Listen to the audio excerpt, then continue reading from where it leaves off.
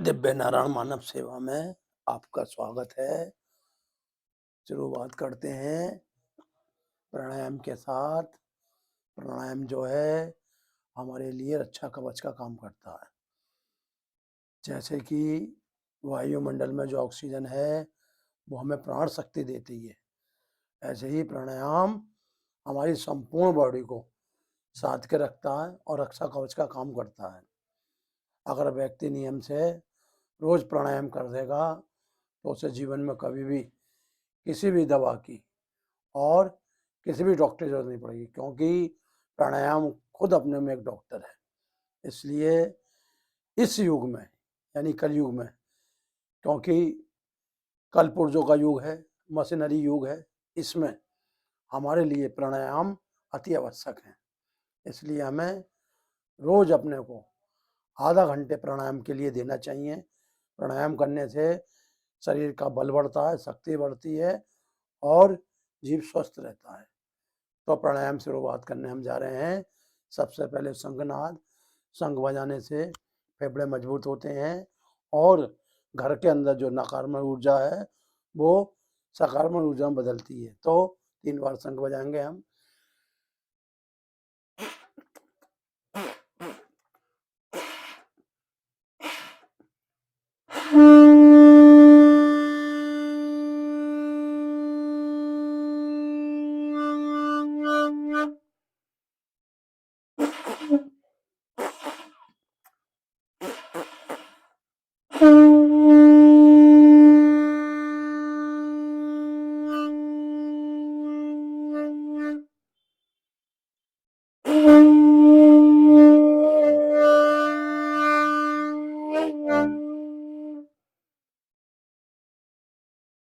जहाँ शंख बजता है वहाँ रोक के करने रहते हैं और वातावरण शुद्ध रहता है और उस घर में रोग भी नहीं रहते।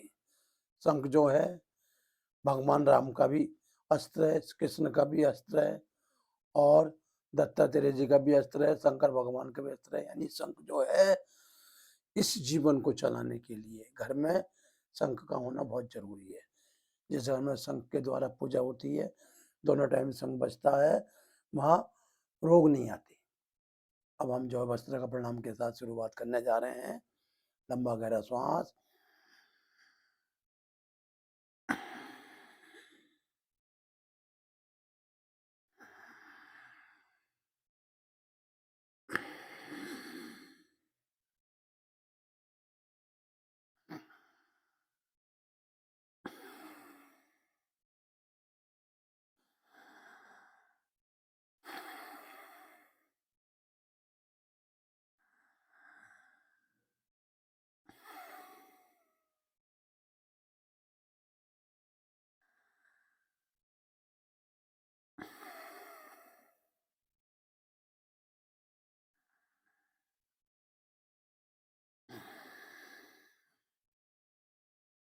जब हम भस्त्रिका करें तो सांस जो है नासिका से लें, मुंह को बंद रखें।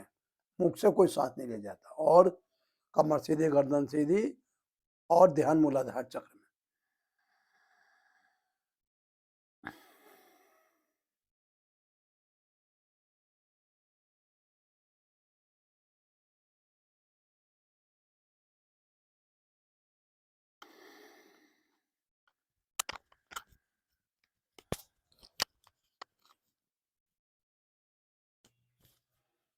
ये हमारे फेफड़े हैं पसलियों के अंदर।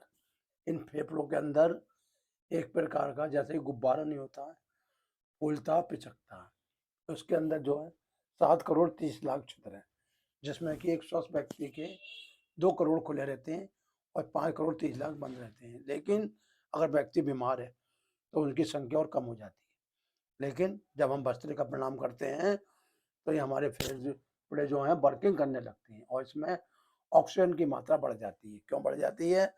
कि इससे जो है शुद्ध हवा मिलती है। फिर देखेंगे एक बार।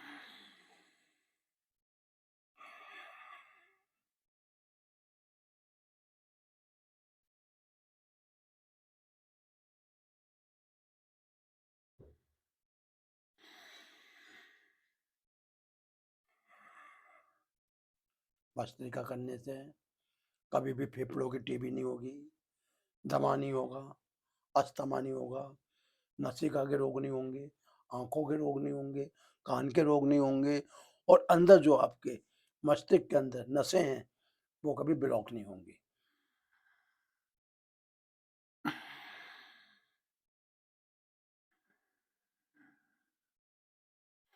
ईश्वर ने हमें 2 फेफड़े दिए हैं, एक दायाँ और एक बायाँ। दायाँ फेफड़ा थोड़ा बड़ा होता है, बायाँ छोटा होता है। क्यों होता है? कि बाएँ में जो फेफड़ों में श्वास अधिक आती है। अच्छा, बायाँ फेफड़ा बड़ा भी इसलिए है क्योंकि ये जो है हमारी सूर्य नाड़ी से कनेक्टेड है। सूर्य नाड़ी जो है हर समय शरीर के अंदर रक्त की धारा को सुचारू रूप से संपूर्ण बॉडी को रक्त पहुंचाती है। चंद्र नाड़ी का काम है नसों को शीतलता देना और शरीर के अंदर पित्त का शमन करना। जो हम भोजन करते हैं वो भोजन हमारे आमाशय में जाता है, रहता है 6 से 8 घंटे। उसके बाद उसका हल्के हल्के पाचन रस बनता है और फिर जो है शरीर के अंदर जो है जो भी कचरा है मल मूत्र के रास्ते बाहर चला जाता है। भस्त्रिका करने वाला कभी भी रोगी नहीं होगा और स्वस्थ रहेगा। क्यों रहेगा? कि भस्त्रिका करने से हमारे फेफड़ों को पूर्ण ऑक्सीजन मिलती है।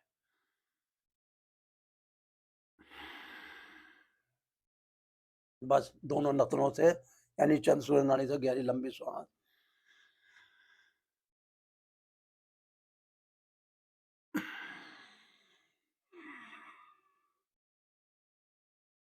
इसके पश्चात हमने आपको कपालभाति बताया। कपालभाति वो प्राणायाम है जिसे करने से पेट की तमाम बीमारियां दूर हो जाती हैं, कब्ज दूर हो जाता है और तुम्हारे गुर्दे में पथरी नहीं बनती है, गुर्दे स्वस्थ रहते हैं और जीवन में कोई भी रोग नहीं रहता। यानी कि जो आप दवाइयाँ खा खा के गुर्दों का इन्फेक्शन पैदा कर रहे हो, साइड इफेक्ट पैदा कर रहे हो, वो भी कपालभाति दूर हो जाता है और धीरे धीरे करके दवाइयाँ कम होती हैं और फिर छूट जाती हैं। वो कैसे करना है? सांसें बाहर, पेट अंदर।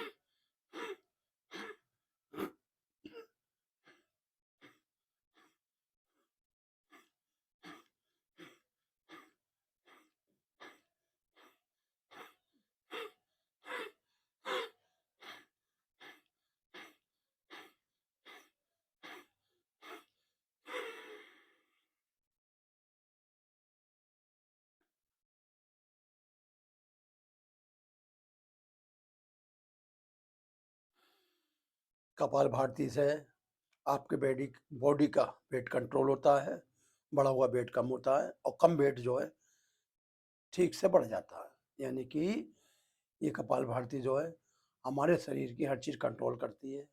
जिन लोगों को अधिक भूख लगती है, भूख कंट्रोल करती है और जो भोजन जीभ खाते हैं उसका सही से सातों धातु बनाती है। यानी कि रस, रक्त, मांस, मेद, मज्जा, हड्डी और बीज रस।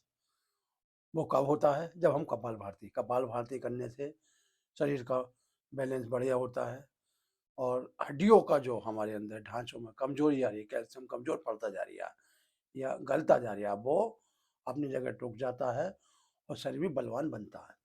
इसलिए हमें रोज कम से कम 5 से 10 मिनट कपालभाति करना चाहिए और ज़रूर करना चाहिए। कपालभाति करने से हमारे शरीर के संपूर्ण अंग जो है वो मजबूत होते हैं।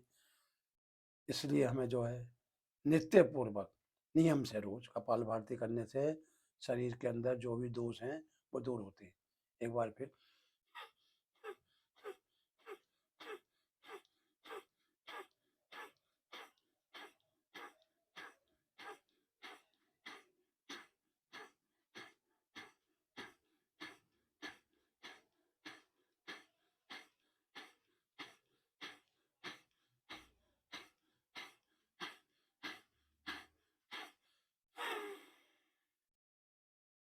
कपालभाति करने वाला जीवन में कभी परेशान नहीं रहता है, बार बार पेट में दर्द नहीं होता है, आंतें कमजोर नहीं रहती हैं, आंतों में इन्फेक्शन नहीं होता है, और जीव जो है धरती पर आया है अपना वंश चलाने के लिए, वो भी उसका वंश चलता है। क्यों चलता है कि कपालभाति जो है नारायण के द्वारा दिया हुआ एक जो है अस्त्र है, और इसका अगर हम इस्तेमाल डेली करेंगे तो हमें जीवन में अच्छे अच्छे जो है व्यक्ति मिलेंगे, अच्छा जीवन बीतेगा, और हम जो रोगग्रस्त होके नहीं रहेंगे।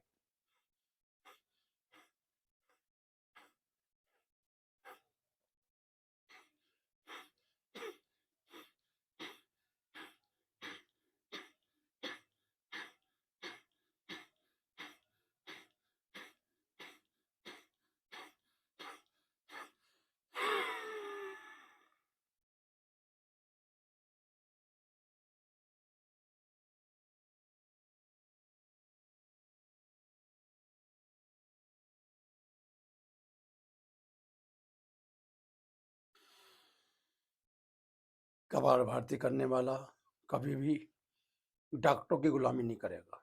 क्यों नहीं करेगा कि कपालभाति अपने में एक बहुत बड़ा वैद्य है, यानी कि इससे बड़ा वैद्य संसार में कोई नहीं बना, क्योंकि जिसने अपने पेट को संभाल लिया उसने अपना जीवन संभाल लिया।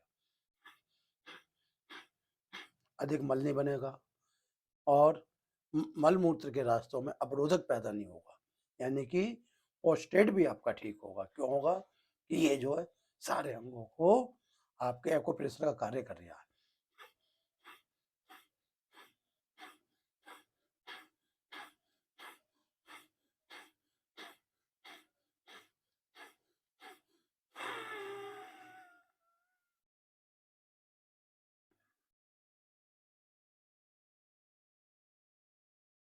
कपालभाति के बाद हम करेंगे बाह्य बंद। बाह्य बंद में क्या आता है? गुदक चक्र का संकुचन करना मूल बंद, पेट अंदर खींचना उड़ियान बंद, और थोड़े कंठ से लगाना जलंधर बंद। और ये जब तीनों बंद एक साथ लगते हैं तो होते हैं महाबंद। तो ठीक, हम बाह्य बंद में जो है मूल बंद के रास्ते होते हैं, उड़ियान बंद होते हुए जलंधर बंद का 3 से 4 बार प्रयास करते हैं। सांस भरा, थोड़ा, पेट अंदर,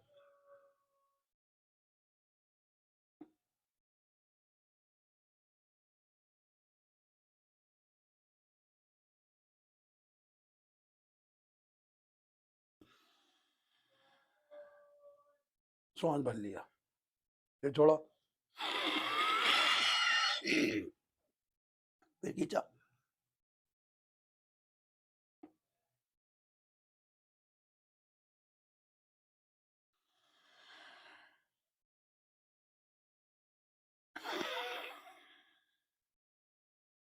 फिर खींचा।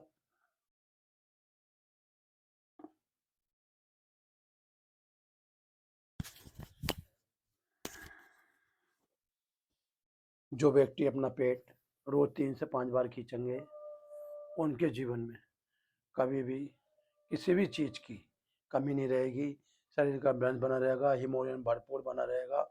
और सबसे बड़ी बात है, जो शरीर के 3 दोष हैं, वात, कफ और पित्त, तीनों समन होंगे, क्योंकि जो हम भोजन करते हैं उससे वात रोग भी पैदा होता है, पित्त भी और कफ भी। वो अधिक मात्रा में बॉडी में नहीं बनेगा, शरीर का बैलेंस बना रहेगा अगर आप ये करते हैं। इसके पश्चात हम करेंगे चंद्र और सूर्य वेदी प्रणाम। चंद्र वेदी प्रणाम का क्या नियम है कि हमारा ये अंगूठा जो अग्नि है, तो हम इसे लगाएंगे राइट तरफ, और इस उंगली से ये दोनों से कार्य होगा। अब देखेंगे आप, हमने लेफ्ट से लिया, राइट छोड़ा, राइट से लेके लेफ्ट छोड़ा, लेफ्ट से लिया, राइट छोड़ा, राइट से लिया, लेफ्ट छोड़ा, लेफ्ट से लिया, राइट छोड़ा,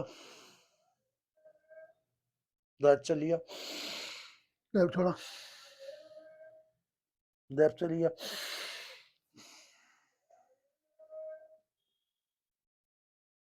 चंद्र और सूर्य वेदी प्राणायाम वो प्राणायाम है कि हमारे शरीर के अंदर 72 करोड़ 72 लाख 10,210 नाड़ियों के अंदर, जिसके अंदर वात भी है, कफ भी है, पित्त भी है, यानी कि रक्त का संचार भी है।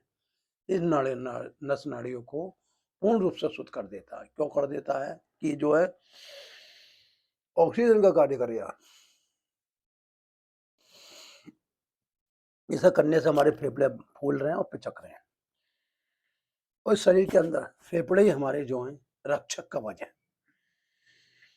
जैसे हमने बाएं से लिए दाएं छोड़ा, दाएं से लेकर बाएं छोड़ा,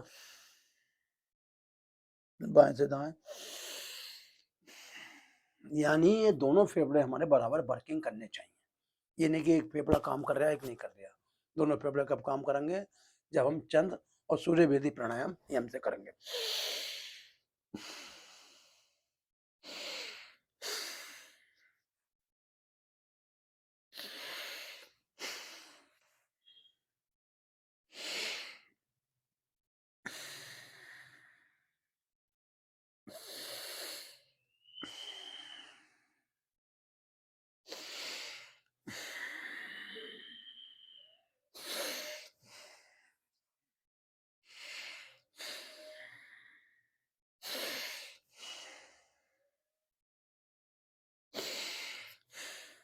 जिस नासिका से शुरू करें, यानी लेफ्ट से शुरू करें तो लेफ्ट पे आके छोड़ें। यानी कि अगर हमने जो है लेफ्ट से लिया और राइट छोड़ा और राइट से लिया और लेफ्ट छोड़ा, तो ये एक चक्र हुआ। ऐसे कम से कम जो है 50 से 100 चक्र रोज करने चाहिए, जिससे हमारे वन फेफड़ों के क्षेत्र खुले और फेफड़ों की जो है कार्य क्षमता बढ़े।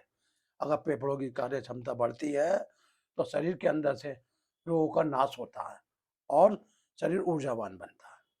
अब इसके बाद हम क्या करते हैं? उज्जाई प्राणायाम। उज्जाई प्राणायाम में क्या करता है कि श्वास दोनों नसों में खींचते हैं और गले पे जो है संकोचन करते हैं। कैसे?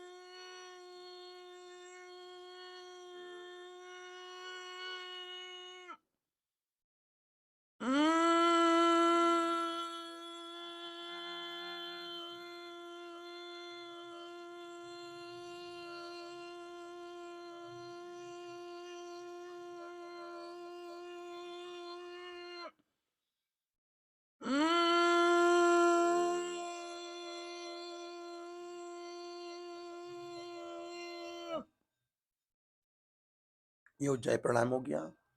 उज्जाई प्राणायाम करने वाले को कभी भी गले संबंधित, श्वास संबंधित और खून संबंधित, क्योंकि खून में जब दिक्कत होती है तो बॉडी का ताप घटता बढ़ता है, यानी कि फीवर आता है। लेकिन अगर हम उज्जाई करेंगे तो शरीर का ताप समान रहेगा और कभी भी फीवर या बुखार नहीं आएगा। दूसरी बात, जब मौसम बदलता है तो उसका प्रभाव हमारे शरीर पर पड़ता है। लेकिन अगर आप नियम से उज्जाई करोगे तो किसी भी मौसम का आपके शरीर पर प्रभाव नहीं पड़ेगा। अब इसके बाद हम भ्रामरी करते हैं। दोनों उंगली कान में घेर लेंगे।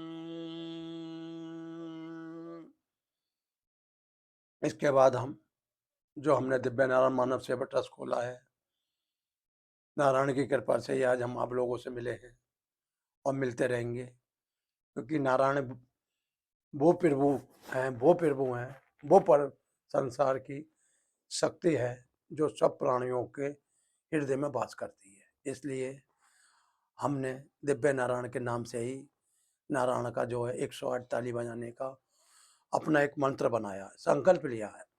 जो व्यक्ति 108 बार ताली बजाते हुए नारायण का नाम लेता है, वो इस कलिकाल में इस शरीर से सब रोगों से मुक्त हो जाता है। क्यों हो जाता है?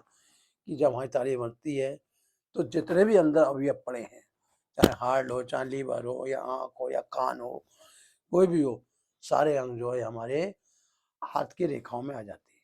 इसलिए हम 108 बार नारायण का नाम लेते हुए ताली बजवाते हैं।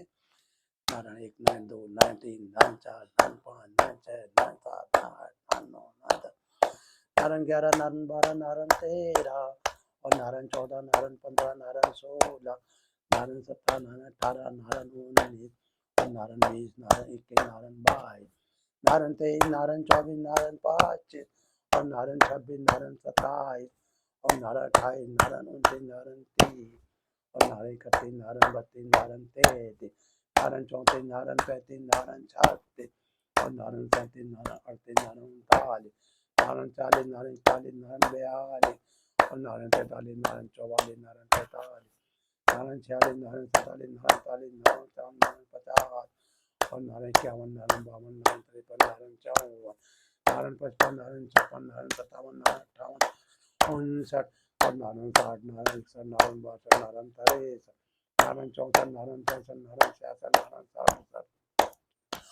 और नारायण 68, नारायण 69, नारायण 70, नारायण 71, नारायण 72, नारायण 73, नारायण 74, नारायण 75 और नारायण 76, नारायण 77, नारायण 78, नारायण 79 और नारायण 80, नारायण 81, नारायण 82, नारायण 85, नारायण 86, नारायण 87, नारायण 88, नारायण 89, नारायण 90 और नारायण 91, नारायण 92, नारायण 93, नारायण 94, नारायण 96, नारायण 97, नारायण 98, नारायण 100 और नारायण 101, नारायण 2, नारायण 3, नारायण 4, नारायण 5, नारायण 6, 107, नारायण 108।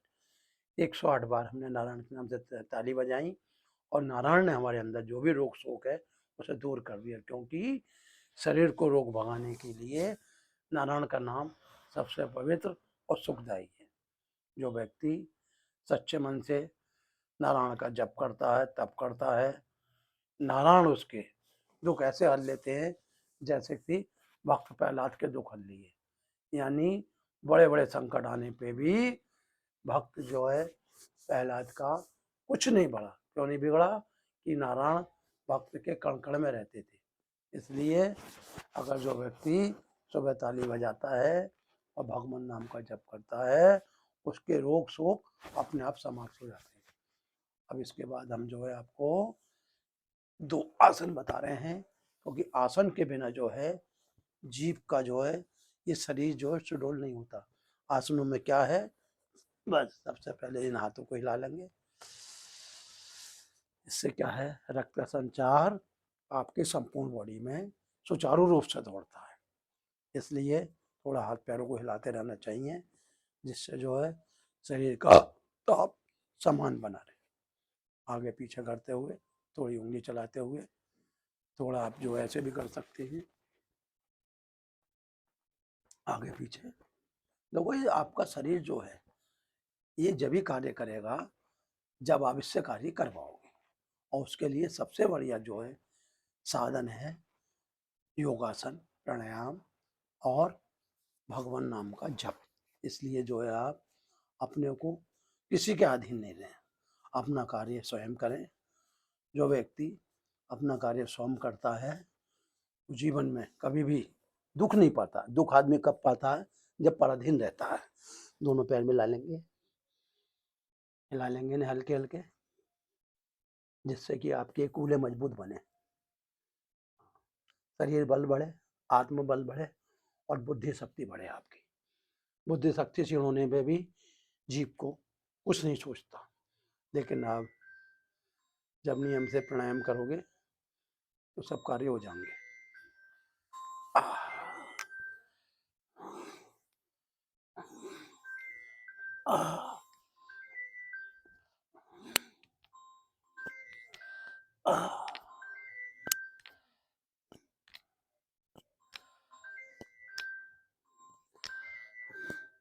पश्चिम तानासन।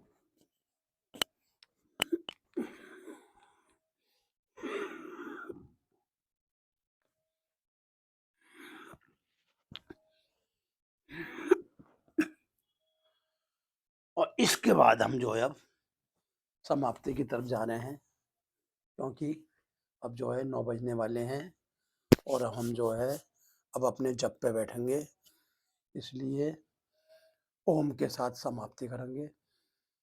ओ